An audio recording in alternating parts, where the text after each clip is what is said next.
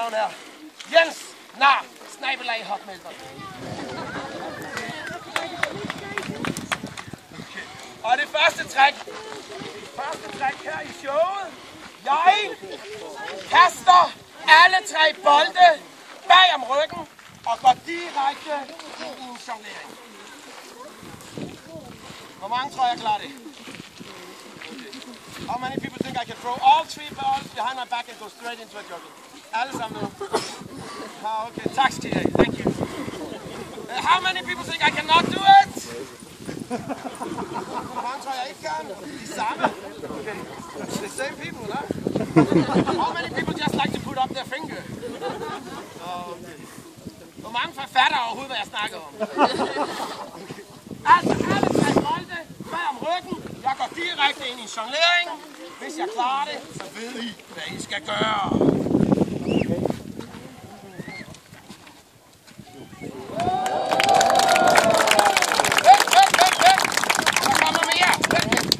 Når man jonglerer, så er det vigtigt at huske at jonglere, fordi hvis man ikke jonglerer, mens man jonglerer, så kan det godt være, at man glemmer at jonglere. Jonglere med den ene bold på den her måde, eller med den anden bold på den her måde, eller med begge bolde på den her måde. Men det har jeg ikke tænkt mig. Nej. Jeg vil lave et trick, som er næsten umuligt. I'm gonna do a trick that is almost impossible. Jeg tager Mr. Salmonella! Hvor gør han en super og så tager jeg den mystiske ting. Og så skal jeg også afsløre, hvad den mystiske ting indeholder, mine damer og herrer. Mr. Salmonellas tredje liv. Mine damer og herrer, her kommer han. Ægget. Ja. Fordi det er sjovt, at den også... Kan du ikke se, det er sjovt? Du kommer ikke ud så ofte. Okay.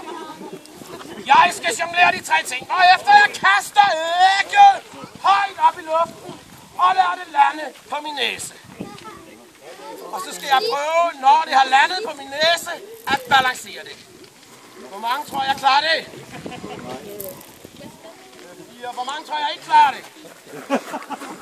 Hvor mange er fuldstændig ligeglade, bare jeg holder min kæft og går i gang? How many think I can do it? How many people think I cannot do it? How many people don't really give a shit as long as I shut up and do it? Okay. Nej, så dårligt var det da vel heller ikke. Okay. Jeg jonglerer. Jeg balancerer, og så bagefter så tager vi flammefakler. Jeg vil lige høre, er der en dreng eller en pige, som har lyst til at hjælpe mig med flammefaklerne? Ja, dig med den lyserøde trøje der, eller hvad hedder? Hvad hedder du? Emilie, bare sæt dig ned, men så kommer jeg tilbage til dig lige om et øjeblik. Og frem til det, så kan du være flammefaklernes vogter. Okay? This is Emilia, the keeper of the fire torches. Give her a big round. Er der så en dreng eller en pige, som har lyst til at hjælpe mig med det her æble? Skal vi se. Ja, dig. Hvad hedder du? Ja. Christian, okay, så du er en æble. The keeper of the apple. Christian! Christian og Emilie skal hjælpe mig med et øjeblik, men først jonglering og balancering. Hvis jeg klarer at balancere ægget på næsen, så må I meget gerne klappe meget hurtigt. Og dig, der står der med de brune bukser der, med hænderne i lommerne, det er dig. Husk lige at tage hænderne op af lommerne, når du klapper. Og ellers så kan det godt gøre ondt. I want him to take out his hands from the pockets before he claps, otherwise it can be very painful. I'm a nice guy. Okay. Jonglering og balancering. Så kører vi. Okay. Jongleringen den går udmærket. Og så skal vi lige have ægget op på næsen.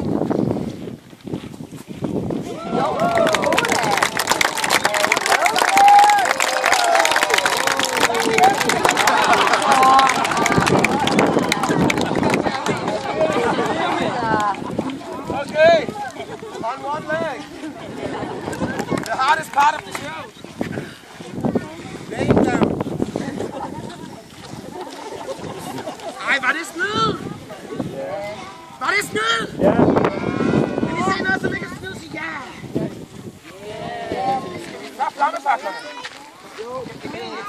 flammefaklerne. Kom her ind på scenen.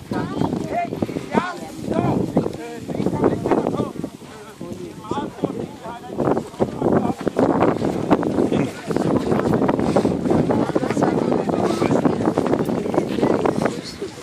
Okay, Emilie. Super. Okay, jeg skal lige lægge ægget hernede. Så er der en jeg har. Emilie, du er altså sådan, hvis man skal sondere med klamme.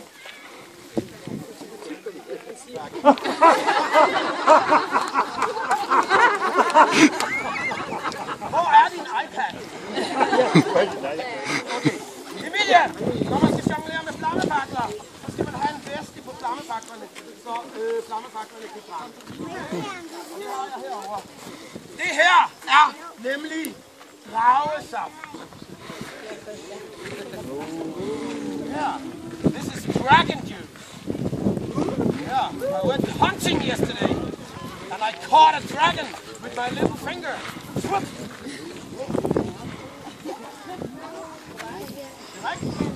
Og så har dragen nogle kirtler på halsen, så man kan trykke saften ud. I got some stuff on the leg where it has the dragon juice, right?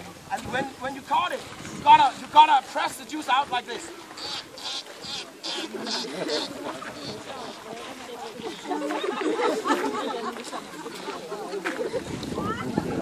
Hey, dig der med rygsækken. Pas på, der er en lille mand, som forfølger dig.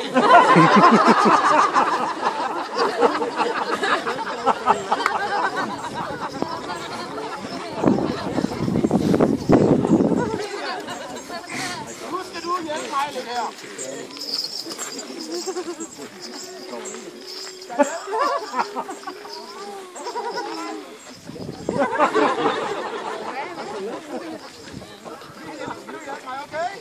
Du skal give mig den første flammefakkel. Give me the first fire torch. No, that's the second one. Det er den anden.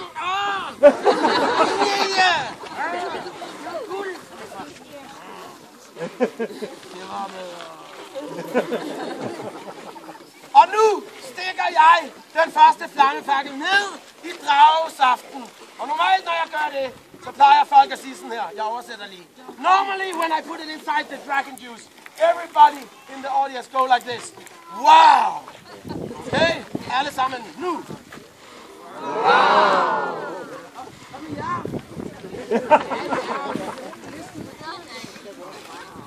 Ja, tag jer sammen. Det er den sløve langside der. Okay, Emilie, giv mig nu den anden flammefakkel.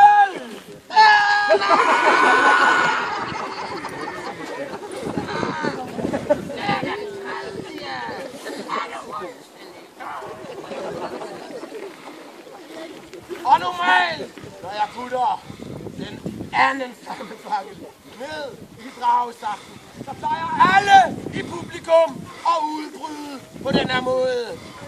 Wow, wow, wow! Everybody, wow, wow, wow! Også jer der. Wow, wow, wow! Alle sammen! Så har vi her den tredje. Hvad? Nej! Det er jo tæt!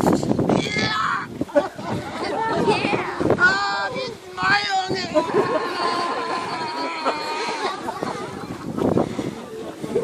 Nej, det er den tredje. Troede I på det, var det?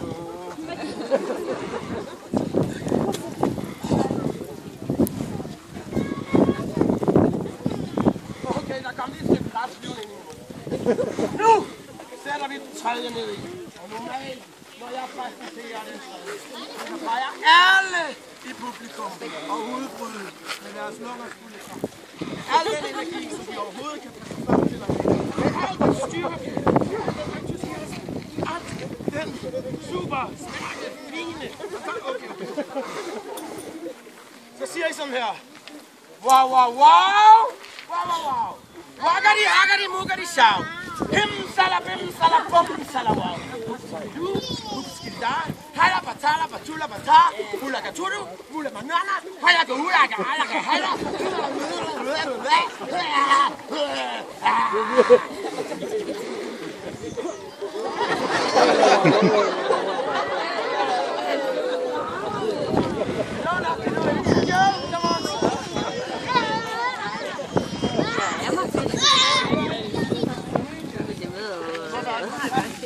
Tusind tak for hjælpen. Skal vi give det en kæmpe hånd?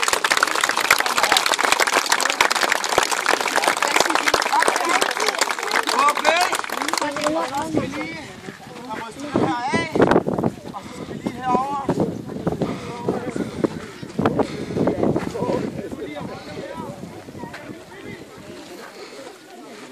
Yes, this is a volunteer. You are a volunteer. Come on, give him a big round of applause.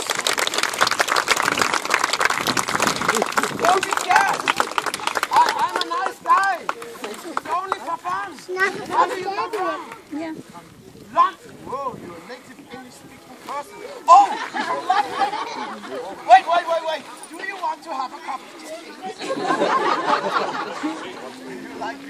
Okay, sir. I just want to tell you one thing. The airplane has landed. You can take off the parachute. Okay. Flyet er landet. Han må godt tage sin faldskærm af, ikke? Godt. Okay, what's your name, sir? Dudley. That's a beautiful name. Okay, Dudley, give me one fire. Yes, the golden one. The first one. He's paying attention. Very good. Okay, Dudley, hold the fire torch high in the air. Look at the audience. Very good. And then you jump forward like this. Wow! Wait! I have to introduce you first. I forgot to introduce. Okay. Where in England are you from? Oh yeah, you already told me. Good. I just wanted to check. You have a good memory. Ladies and gentlemen, I am so happy to be able to introduce to you somebody very, very special. All the way from London. He's traveled to be in the show today. So give it up for the one and only, the fantastic Dudley!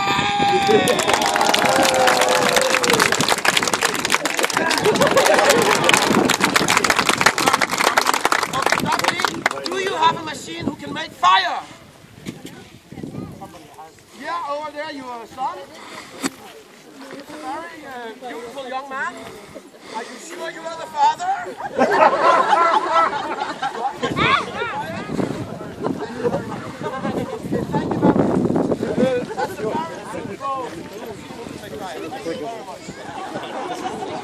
Anybody got a gold watch? Okay. Skal jeg slå over på lidt dansk nu? Er det kedeligt, når jeg snakker så meget engelsk? Undskyld. Okay. Du skal tage den her. Du skal... In a moment, you're gonna light it.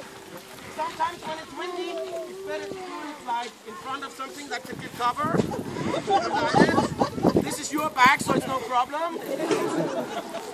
Then after you light it, you take a little run around the circle like this. Okay? But it's very dangerous to fire, so I just need to get in protection. So I go over here. Okay, lady, just if you can just push your chest a little bit up. Yes. Maybe, young man, if you just come back. Just sit close together. Okay, light!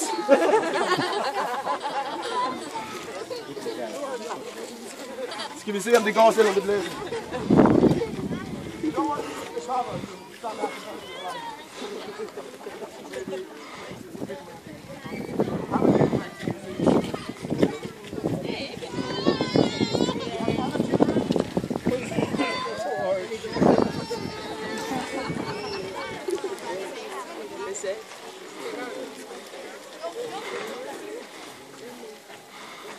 Mens jeg gør det her, så kan jeg lige fortælle alle børnene, som er her børn, når I kommer hjem, så lad være med at lege med ild, okay? Hvis I vil lege med ild, så gå over til naboen.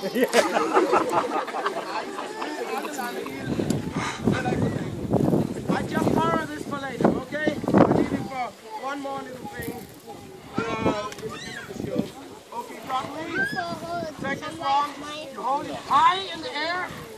don't lose. Oh, it doesn't matter. Giv ham en stor hånd, her kommer Dudley.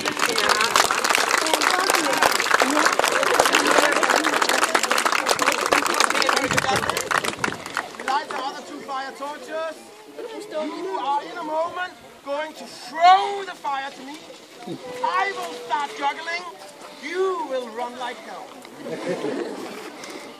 And they will give you a big round of applause. If you stand over there, just over there. Yes, very good. Face me. Very good. A little bit closer.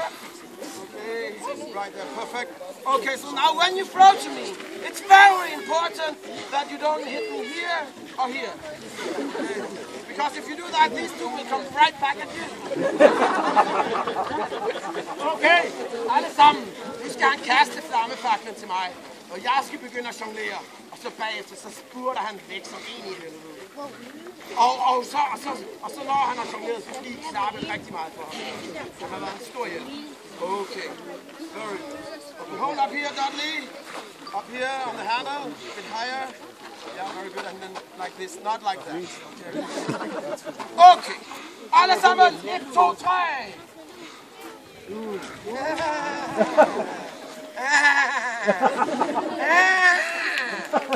Alle sammen, 1, 2, 3. There's a lot of tourists here. You're gonna count in Danish. 1, 2, 3. Everybody, now. 1, 2, 3. It's so hard.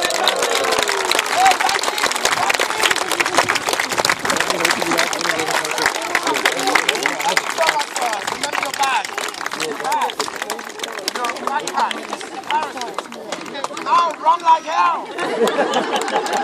Thank you so much.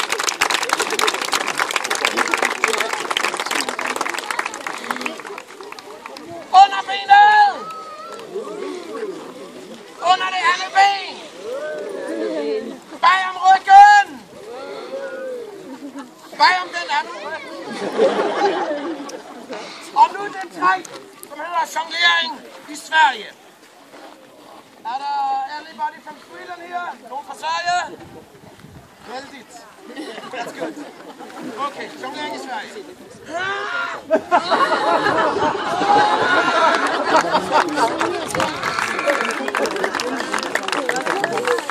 If there's anybody from Sweden here today, I just want to say I'm very sorry about that. I will show you a little bit slower. Jeg viser dem fra Sverige, det er lidt langsommere, så de er... Okay. Juggling in Russia, jonglering i Rusland, a la Putin. Political juggling in Russia, politisk jonglering i Rusland, ligesom Putin. Kongen, onde kongen i Rusland. Bag om ryggen hele tiden. Behind the back all the time. Thank you.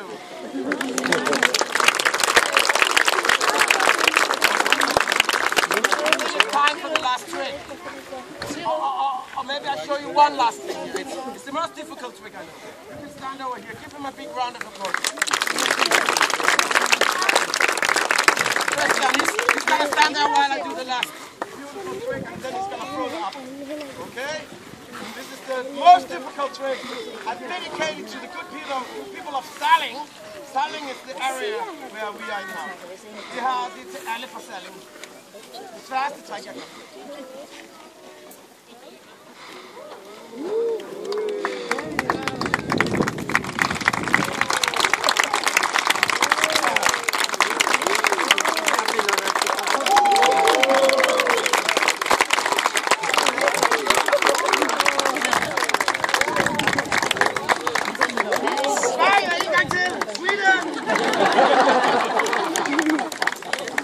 Okay.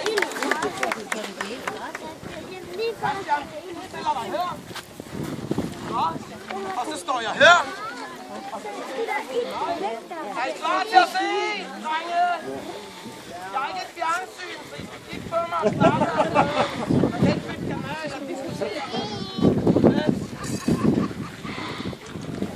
Godt. You are gonna count to 3 and Dennis again. 1, 2, 3. And he will throw. you have any problems, maybe your mother will help. Is your mother din mor her? Nå, okay. Vil du ikke bare lige lade som om du er moren, så? Nogle gange så har vi brug for hjælp. Det er ikke altid. You will help in case sometimes you need some. Here we go. Everybody, 1, 2, 3. 1, 2, 3. Au, min hånd. Vi er nødt til at gå over til moren. Nej, fordi overhovedet ikke. Yes. En gang til. Og den her gang. Okay, alle sammen. 1, 2, 3. 1, 2, 3.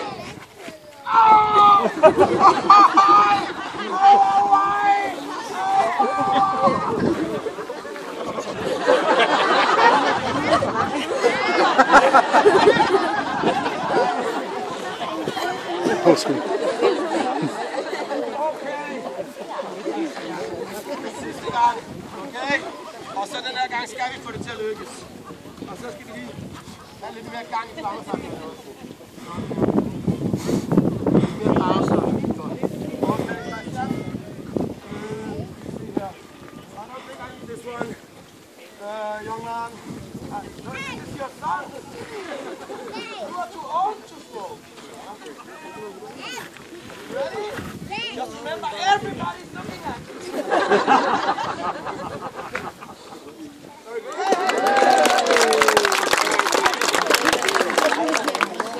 Okay, Christian. En sidste gang, og så kommer de til at give dig en kæmpe hånd. Okay? Og så må du gerne bukke på. Okay? 1, 2, 3. Alle sammen? Ja! 1, 2, 3. Ja, mine damer og herrer!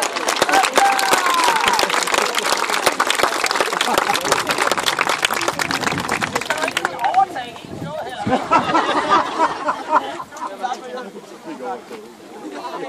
Så skal jeg lave det sidste nummer. I'm gonna do the last number to make it even more dangerous. I am going to remove the safety device off the apple. For at gøre det endnu mere farligt, fjerner jeg sikringen.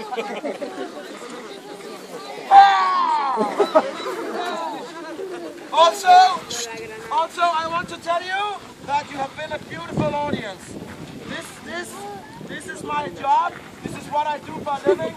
I travel around all of Denmark, Sweden, and Norway, and sometimes even Germany. And I do this show. And after the show, I'm gonna put out my hat. That's not funny anymore, huh? And this is my mother.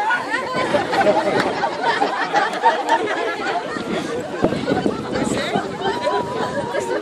And if you don't give me money, she will follow you home.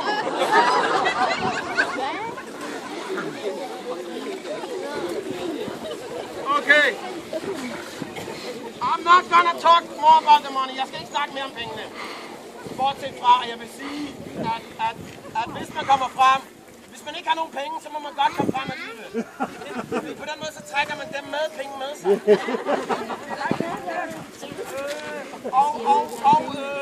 Hvis I giver en 20'er, så er det fantastisk.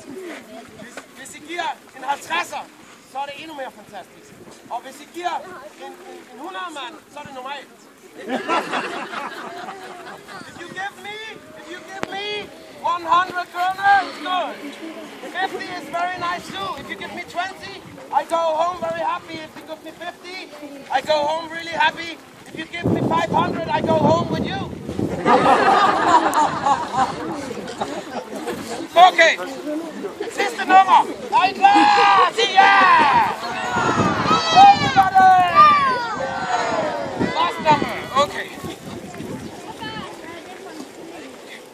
I've got to take the other fire torch. A little bit bigger fire.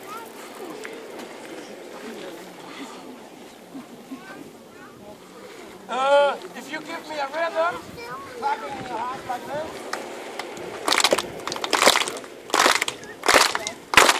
Yeah.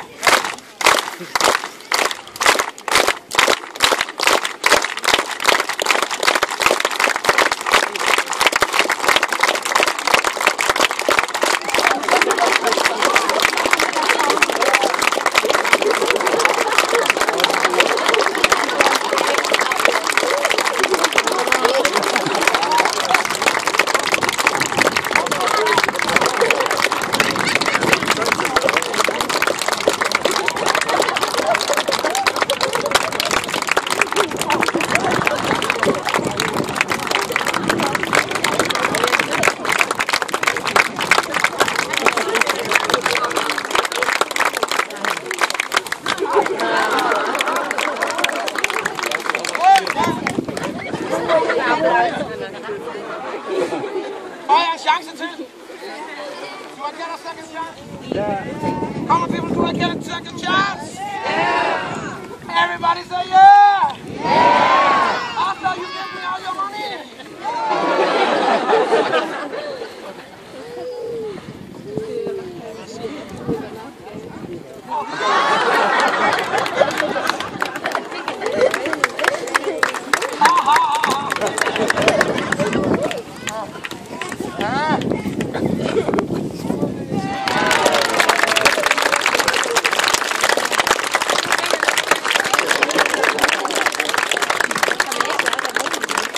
Now nobody move. Okay? This is my job and the exit is over here. Udgangen er herovre.